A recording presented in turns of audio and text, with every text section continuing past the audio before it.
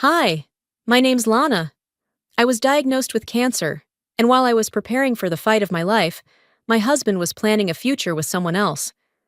I found hotel receipts, a secret prenup with his mistress, and then I discovered he'd already started moving money behind my back. So I didn't scream. I didn't beg. I transferred everything, my trust, my estate, my name, away from him. But what hurts more than the betrayal is realizing everyone else knew, and no one told me. How do you stay standing when the people closest to you are quietly rooting for you to disappear?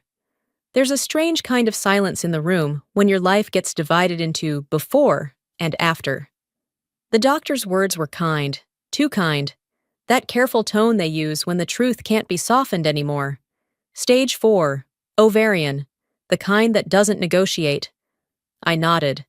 I didn't ask questions. I didn't cry. I think he expected me to cry. Driving back home through snow-dusted streets, I gripped the steering wheel a little tighter than usual. Vermont looked like it always did this time of year. Gray skies, the occasional salt truck rumbling by. But inside me, something had shifted. Something quiet but irreversible. By the time I pulled into our driveway, I had already made the first decision. I wasn't going to tell anyone. Not yet. Inside the house, I peeled off my gloves, placed the envelope with my diagnosis on the kitchen table, then moved it. I didn't want it out. I didn't want it to exist. I slipped it into the drawer in my desk upstairs, locked it, and dropped the key into my jewelry box. Out of sight. I didn't eat that night. I warmed a bowl of soup just to move it around with a spoon. Drayton texted me, "Running late, don't wait up." Typical. His workdays had been stretching for months. Longer hours, later nights, less explanation. I used to ask. Now I didn't see the point. He came home at 9:15, didn't notice the untouched soup, didn't ask how my day was. He walked in talking about a client's renovation budget and whether we'd need to refinance one of the properties. While he poured himself a drink, his phone buzzed on the counter.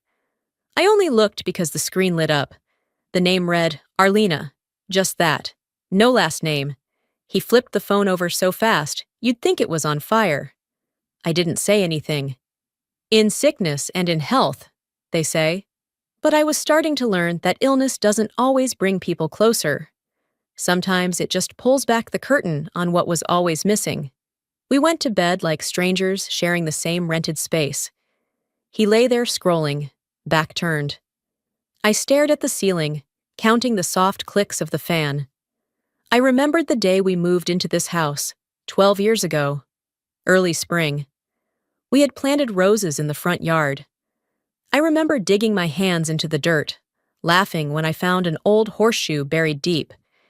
It was supposed to mean luck. Now the roses were gone. Dug up and replaced with landscape gravel last year. Drayton said it was more modern, just like everything else. Updated, efficient, easier to manage. At some point during the night, I reached out under the covers. Not for him, just for something warm. But there was nothing. Just the edge of the bed and the cold. The next morning, I watched him from the front window. He was standing by his car, phone in hand again, thumbs moving quickly. Then he smiled. A real smile. The kind I hadn't seen in months. And that's when I realized. He wasn't smiling at me. The moment passed, but it stuck to me like residue. That smile.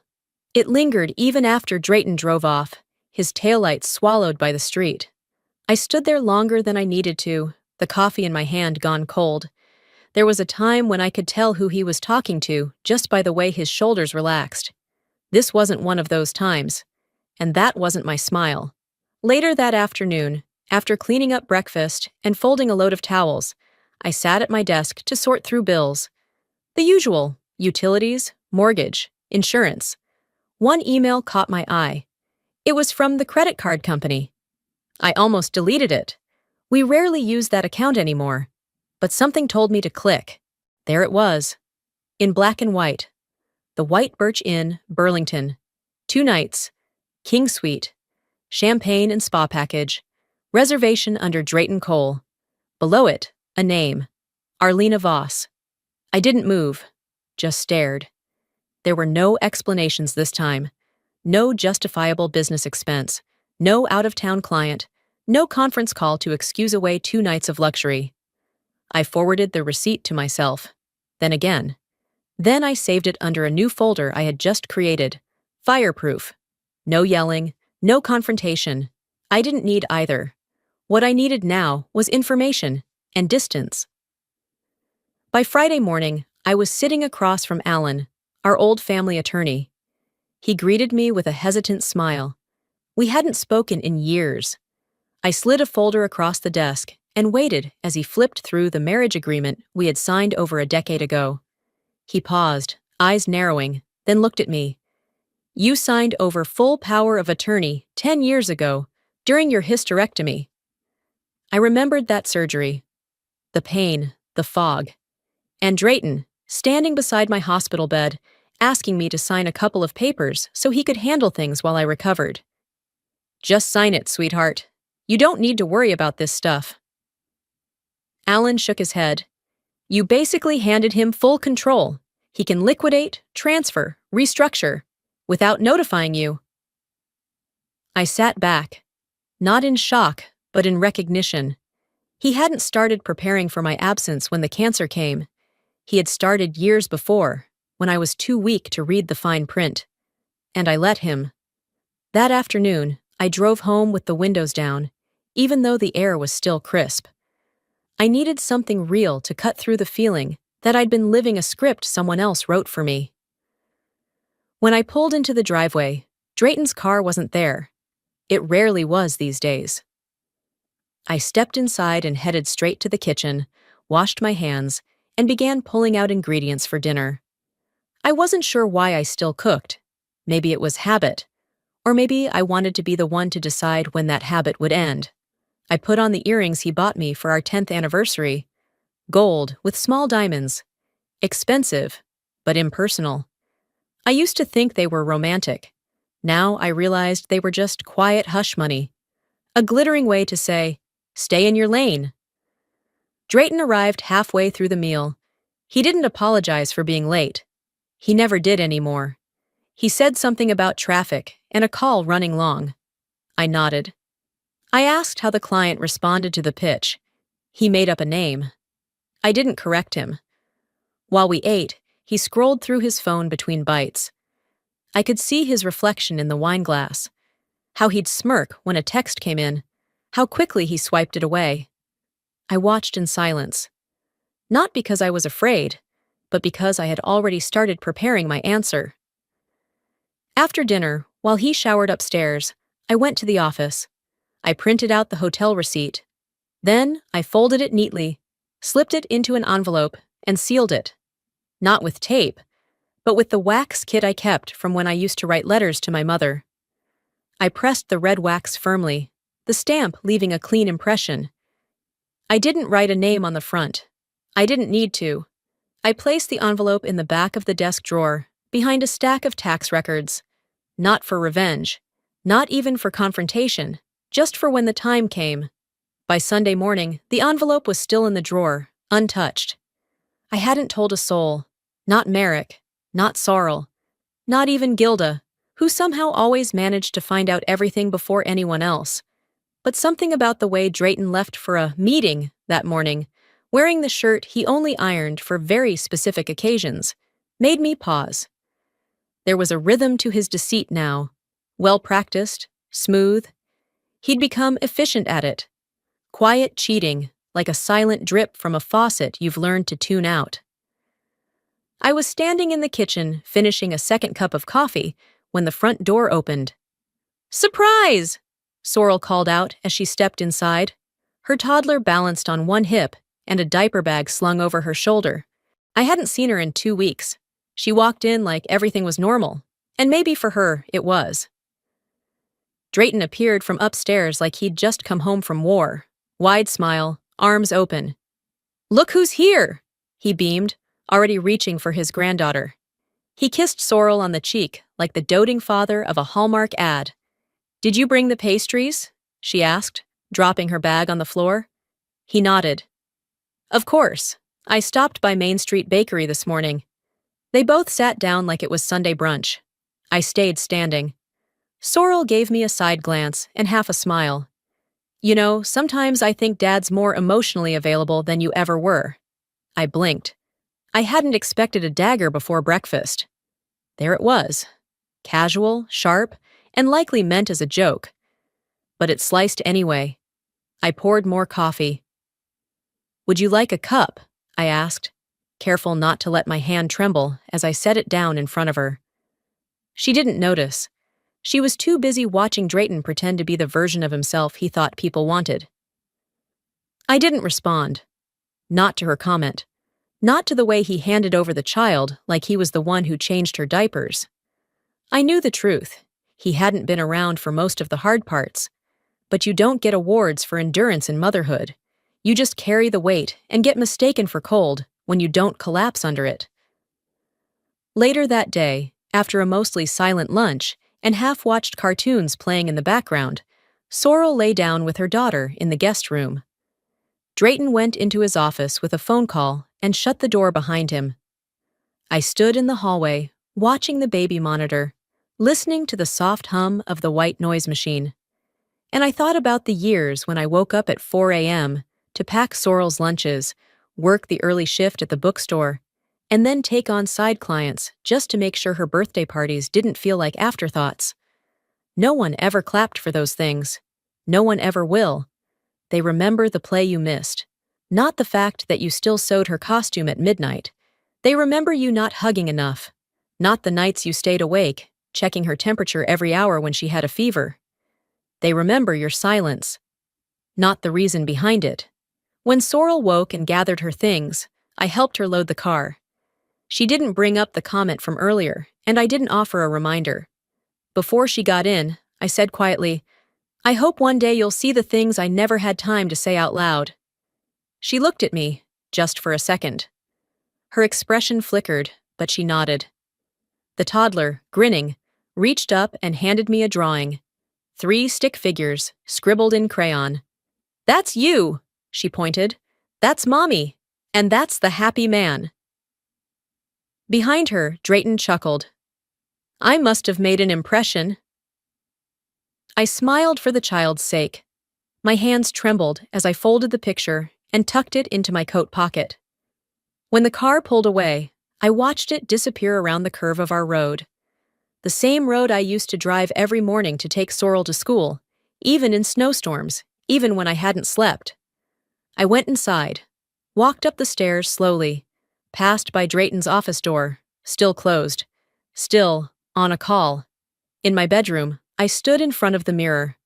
No makeup today, just my own face, my own eyes, a little more tired than I remembered. I touched my hair. It was getting thinner. The treatments were doing their work. But so was I.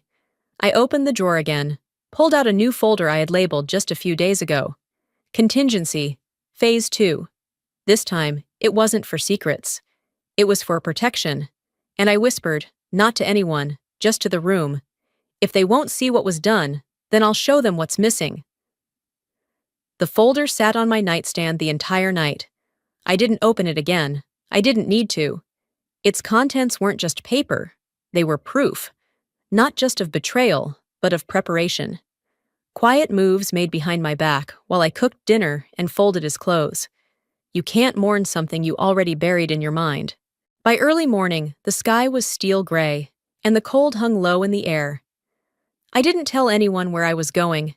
I took my laptop, the hard drive, and nothing else. I didn't even pack a change of clothes. Driving up to the cabin was muscle memory. Every curve of the mountain road, every rusted fence post along the way felt familiar, though I hadn't been up there since Christmas. Not this past one, last year's. The one where we all cut down the tree together and pretended things were still whole. Before I got tired of pretending, when I stepped inside, it was like opening a time capsule. The faint scent of lavender still lingered from the oil diffuser I'd left on the table. Blankets were still folded across the armchairs. One of Merrick's old board games sat beneath the coffee table, its lid slightly askew. Nothing had moved, and yet the room didn't feel the same. I didn't sit down. I went straight to the wall cabinet, opened the small compartment behind the spice rack, and pulled out the old backup drive. It was dusty. The label had peeled halfway off, but it was intact. The camera system we'd installed years ago had been left running, storing everything onto this drive. A habit of mine Drayton never bothered to understand. "You and your camera obsession," he used to mutter. "You'd archive air if you could." I plugged it into the laptop and waited for it to boot. The screen flickered, then loaded a dated folder system. I scanned the thumbnails, grainy stills marked with timestamps. 3 weeks ago, on a Thursday, the file size spiked. Motion. Activity. I clicked. The cabin's front room appeared on the screen. Then Drayton walked in, laughing. Behind him was Arlena, her scarf unwrapped, her hand still resting on his shoulder. He poured them wine, the same bottle we'd been saving for our 20th anniversary. She kicked off her boots like she'd done it before. He said something I couldn't hear. She laughed, like she belonged there, like it was hers. Then the bedroom. The coat she wore fell across the arm of the couch. He disappeared into the hallway. She followed. But before he turned the corner, he looked toward the camera. Just for a second. It wasn't fear. It was recognition. And then he turned away, like it didn't matter. That was the part that hurt more than anything. Not the kissing, not the way he held her waist, not even the wine. It was the knowing. He knew it was my space, my place of peace, and he desecrated it anyway. I closed the laptop without watching more. My hands were trembling, but my breath was steady. I sat at the kitchen table where we used to eat pancakes as a family, where Sorrel once threw a tantrum over blueberries, and where Merrick carved his name into the edge of the wood when he was 9. I didn't cry, I didn't scream. I just stared out the window at the frost layering the ground and began writing a list in my notebook. Final separation actions, private and legal. It was methodical: asset freeze, trust reassignment, healthcare directives, property hold. My handwriting didn't shake. My lines were straight, neat. I added deadlines beside each bullet point. No emotion, just execution. Later, I stepped outside. The sun had barely broken through, but I needed the fresh air. The wind bit into my cheeks as I stood on the porch. I stared at the line of pines that edged the field. They'd always stood tall, season after season, no matter what was planted or harvested. Maybe that's what resilience really looked like. Not fighting, just standing. I sealed the hard drive in a fireproof bag and slipped a sticky note onto the front. "If I go first, deliver to Merrick. He'll know what to do." Back inside, I tucked it behind the pantry shelf, between the backup generator manual and an old copy of our mortgage papers. Then I put on my boots and walked into the backyard. The ground was stiff, but not frozen. I stepped down slowly, pressing my heels into the dirt, grounding myself. They took my name out of their stories. So now I write the ending. When I got back to the house that evening, the front porch light was still on. It flickered faintly, like it hadn't been changed in years. I unlocked the door, stepped into the silence, and kicked off my boots. The fireplace was glowing low in the living room. Drayton wasn't home. At least not yet. I took a long shower, braided my hair back like I used to in college, and slipped into a sweatshirt that had holes along the sleeves. It wasn't meant to be nostalgic. It just felt like armor. Around 7:45, I heard the knock. 3 soft taps. The kind that didn't belong to anyone from this house. Not Merrick, not Sorrel. When I opened the door, Arlena Voss stood there, hair damp from drizzle, lips chapped, eyeliner trailing down one cheek. She wore a thin trench coat, too short for April in Vermont. Her eyes searched my face like she expected me to slap her, or save her. "I didn't know," she started. "I swear. I thought you two were separated." I didn't say a word. Not because I couldn't, but because I wanted her to fill the silence herself. "He told me you were just roommates, that you hadn't been close in years, that you were sick and needed space." I leaned my shoulder against the doorframe. Her voice shook. "He made it sound like you'd already left him, emotionally, that you were cold, that you didn't notice things anymore. That part almost made me laugh. I looked her dead in the eyes. You didn't knock for me, you knocked for yourself. And now you'll leave for the same reason. I closed the door, not hard, not loud, just enough to make it final. I turned off the porch light on my way back in.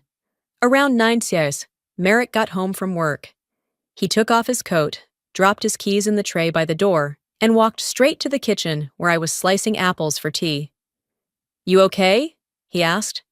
I didn't answer right away, just handed him a cup. We sat across from each other in the dim light of the kitchen. No music, just the occasional creak of the old floorboards. You know why Dad never bonded with me, right? He asked, setting his mug down. I looked at him, not puzzled, just waiting. Because I see things, he said. Like you do. Because I don't flatter him. Because I ask questions he doesn't want to answer. And I don't shrink when he raises his voice. He drummed his fingers once against the table. I'm not sorry I turned out like you, he added, and I think he is. It hit deeper than I expected. Not as an insult, but as clarity. Recognition wrapped in grit. I reached over and placed my hand gently over his. Then I guess we're both still standing. He smiled, tired but proud. That makes two of us. After he went upstairs, I lingered in the kitchen a little longer. When the clock hit midnight, I walked to my desk and opened the folder I'd labeled active. I wrote a letter. Not a dramatic one. Just direct. To my attorney, please proceed with the trust revision and property reassignment. Freeze all accounts under joint authorization. Include Merrick as alternate medical POA. Include backup guardianship for minor grandchild. Final line. If he pushes again, I will no longer just withdraw. I will dismantle. I sealed the envelope and slid it into the folder. Then I sat at my vanity and removed the earrings I'd worn earlier. The ones he gave me on our 15th anniversary. I laid them flat beside the glass tray. No sentiment attached.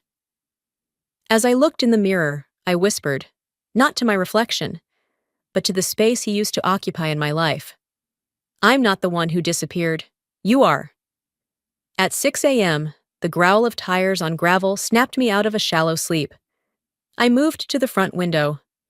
Drayton's car pulled into the driveway, but he wasn't alone. In the passenger seat sat a woman who didn't flinch when the engine stopped. She knew exactly where she was. She didn't ask for directions. She didn't hesitate. She adjusted her coat, checked her lipstick in the mirror, and reached for the handle. He heard the warning, and he came to test it. She stepped out of the car before he even turned off the ignition. That woman. The same one I'd seen wrapped around him in still frames, in a cabin that used to belong to me more than it ever did to him. She walked up the driveway like she'd memorized the cracks in the pavement, like she expected her key to still work. But I didn't open the door. I let them stand outside just long enough for her to start glancing back at the car. Then I opened it with all the calm I could find. Not a welcome, just an open door. Drayton walked in first, breezing past me like this was still his domain. His coat landed on the same hook it always had. He poured himself coffee like routine could erase history. I followed him into the kitchen without saying a word. The other woman? She lingered by the entryway, unsure whether she belonged. She didn't. He turned toward me, mug in hand, and said, "We should probably talk. There's been a lot of confusion lately." I nodded. "Yes. Let me show you what clarity looks like." We moved to the dining room. He sat in his old seat at the head of the table. I stayed standing. Then I placed the black folder in front of him and flipped it open. Inside was everything. Still images from the cabin camera, labeled by date and time. Receipts from the joint account he thought I never checked. Emails forwarded from the hotel's reservation system. The power of attorney he had manipulated 10 years ago when I was groggy from anesthesia. And most importantly, a notarized document showing the trust was no longer within his reach. I watched his face, the way it twitched, not in shock, but in irritation. The game had shifted, and he wasn't the one holding the rules anymore. "You thought I'd die quietly," I said, my voice even. "I decided to live loudly, on paper." He flipped through the papers, one by one. When he reached the notarized page, he exhaled sharply. "You really think this'll hold up in court?" I leaned slightly forward, my hands on the back of the chair across from him. "It's not court I'm worried about, it's your reputation." For the first time in a long time, he blinked and didn't have a comeback. I took that silence and left the room. An hour later, I stood in the backyard with Merrick and Sorrel. The morning sun had burned off the frost, and the grass felt soft beneath my shoes. I handed them each a sealed envelope. Merrick's was heavier, documents transferring legal control of the trust to him. Sorrel's held updated healthcare directives and letters I'd written in the middle of the night, when I couldn't sleep and didn't want to be angry. "If something happens to me," I told them, "don't go to your father, you go here." I handed them a card with Alan's number, my attorney. Merrick stared at the envelope, then at me. "You're serious?" "As a second will." Sorrel shifted uncomfortably. Are we at that point?" "We passed that point months ago," I said. "He didn't just cheat on me. He tried to erase me. I've redrawn the map." Neither of them argued.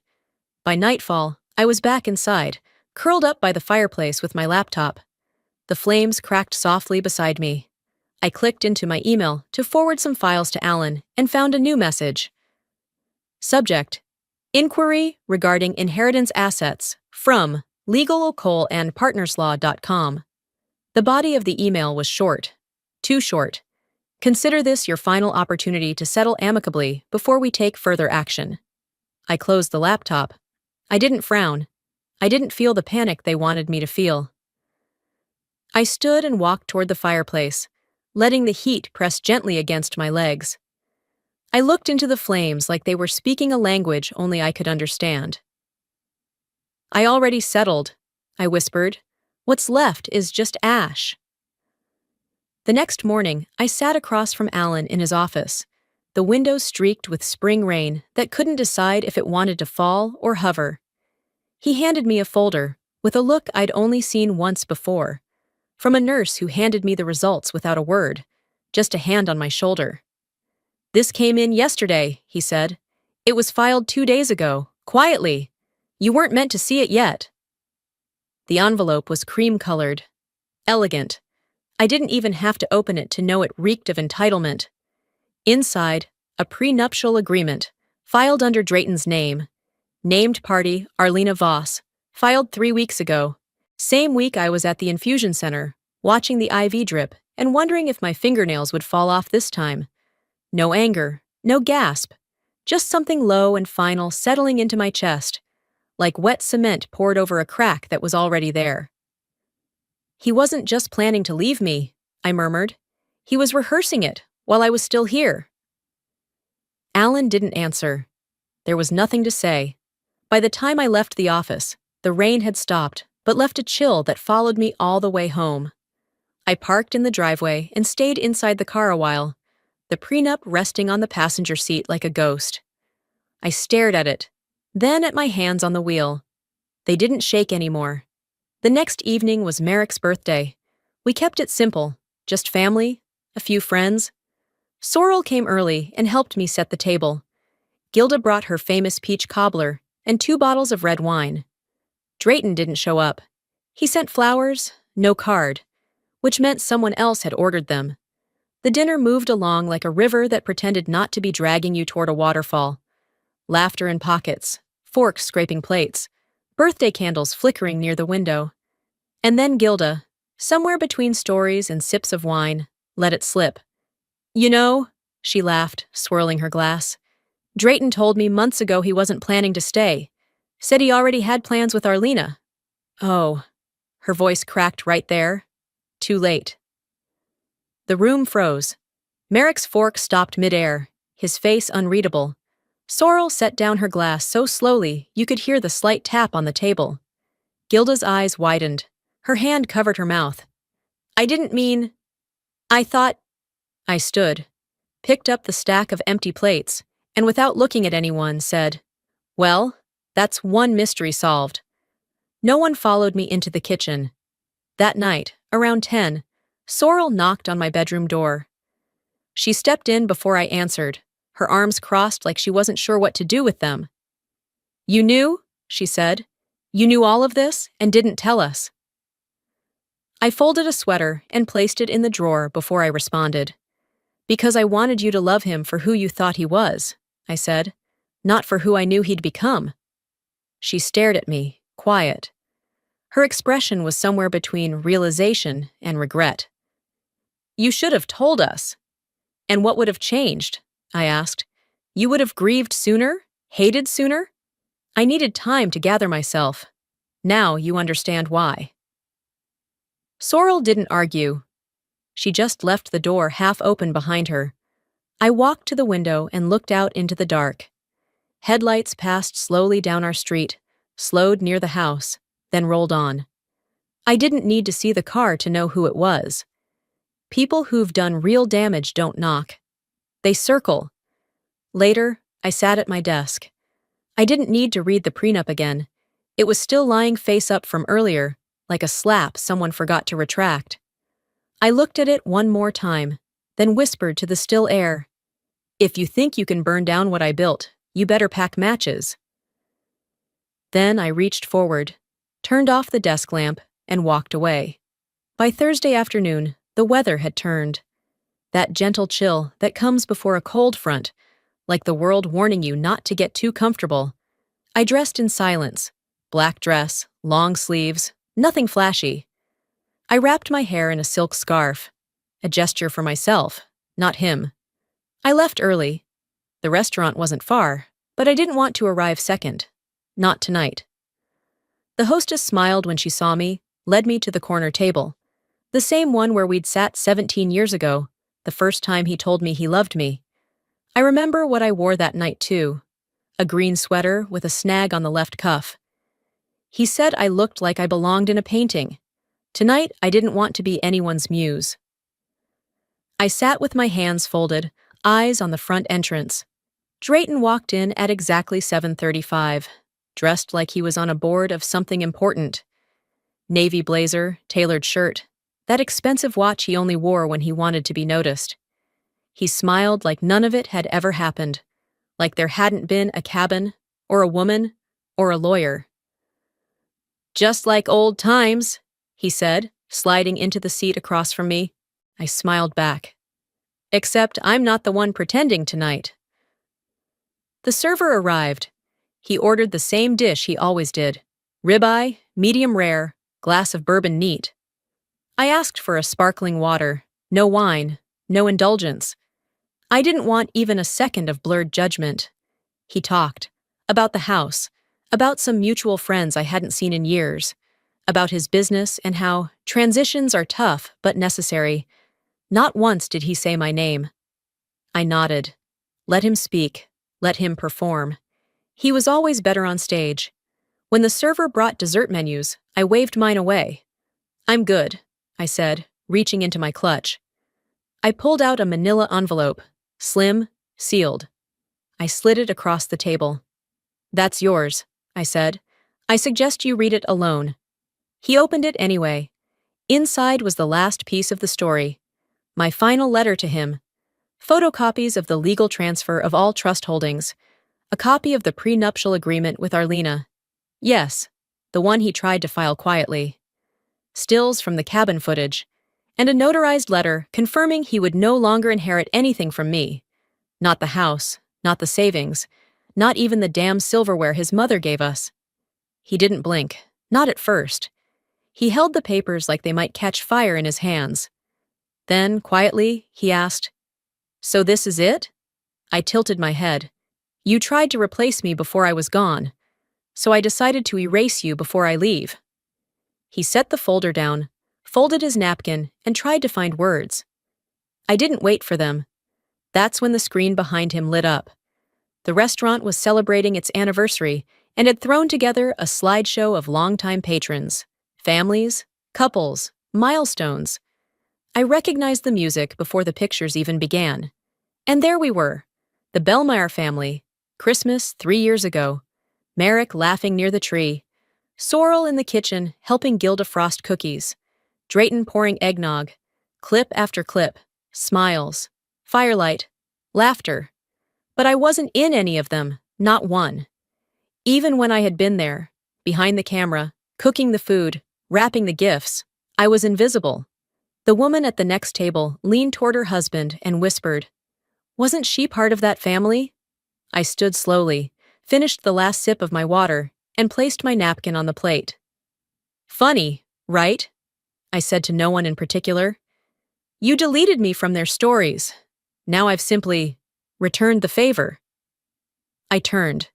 Didn't look back. Outside, the air was sharper than it had been when I arrived. My lawyer was waiting in the car, parked near the curb. I opened the door, slid into the passenger seat, and handed him a flash drive. "He might still fight," I said, "but I don't bleed for him anymore." We didn't say much on the ride home. As we pulled into the driveway, I looked back at the restaurant's lights disappearing behind the trees. "Let him go down with his silence," I said. We pulled into the driveway just past 9.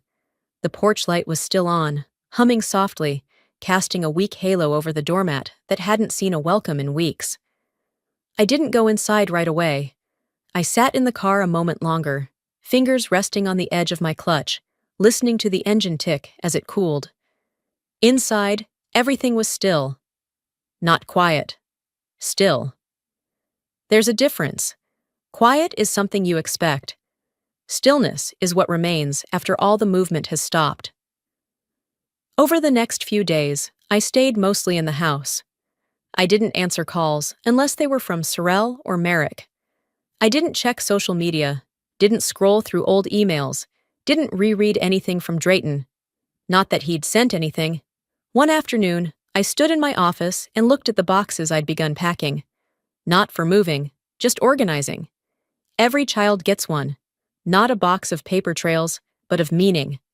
Merrick's held my father's old watch, a first edition book he used to read on the porch with me when I was little, and a letter I wrote during chemo round 3. The one where I thought I wouldn't make it. Sorrel's held my recipe cards in my handwriting, the locket her grandmother gave me before she passed, and a photo of the 3 of us from her high school graduation. I'd written behind it, simply, "I was always watching, even when I was quiet." And then there were the photo albums, each one lovingly assembled, each moment frozen, family holidays, camping trips, birthdays, and each of them missing one face. His. I didn't crop him out. I didn't blur his features. I simply selected the moments he wasn't in. Or when he was, I turned the page. I didn't explain why. Sometimes healing isn't found in what you preserve. It's in what you refuse to carry forward. One week after the dinner, I packed the boxes into Merrick's truck. He and Sorrel came by to help with the garden. I watched them move with practiced coordination, the way siblings do when they've lived through something shared and wordless. Later that afternoon, Sorrel sat beside me on the porch of the cabin, a quilt over her lap, flipping through her album. "Why'd you leave the gaps?" she asked, her voice low, not confrontational. I didn't turn toward her. I just watched the fog dance over the mountains. "Because some things aren't meant to be filled," I said. "They're meant to be remembered, as warnings." She didn't reply, but she nodded. That was enough. Drayton hadn't been seen much since, not at fundraisers, not at the golf club. His name had disappeared from the company site. Word was that investors started pulling out after a local magazine ran a piece about quiet divorce justice. It didn't name names, but anyone who knew, knew. He hadn't been arrested.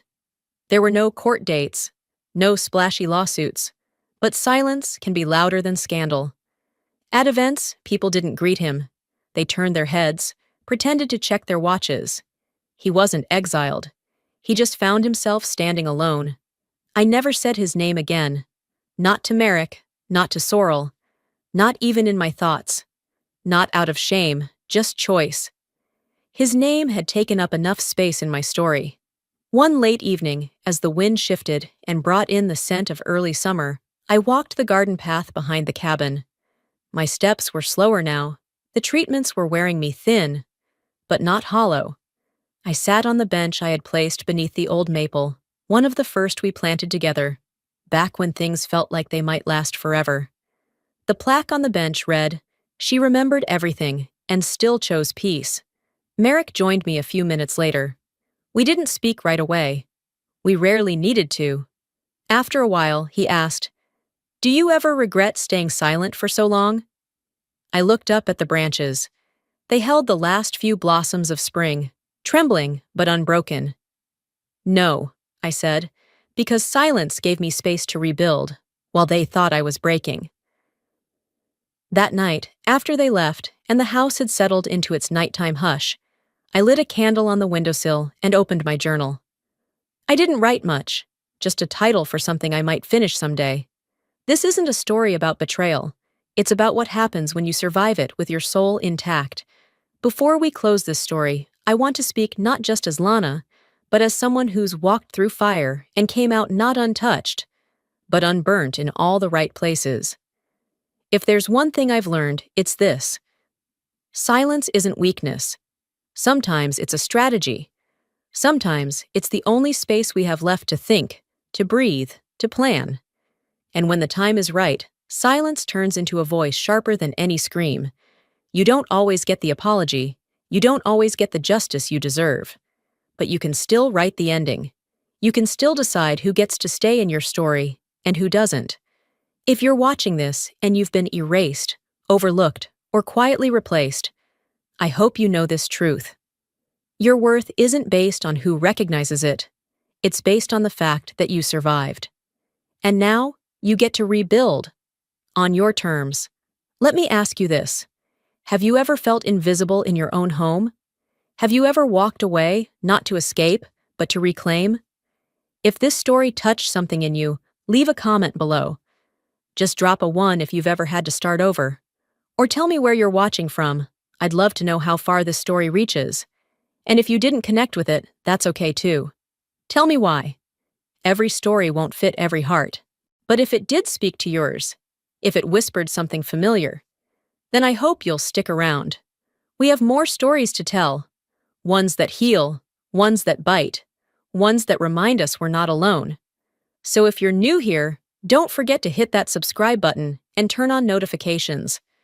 That way, you won't miss the next time we sit down and talk like this. Quiet, honest, and soul to soul. Because sometimes, the stories we tell are the ones that help us breathe again.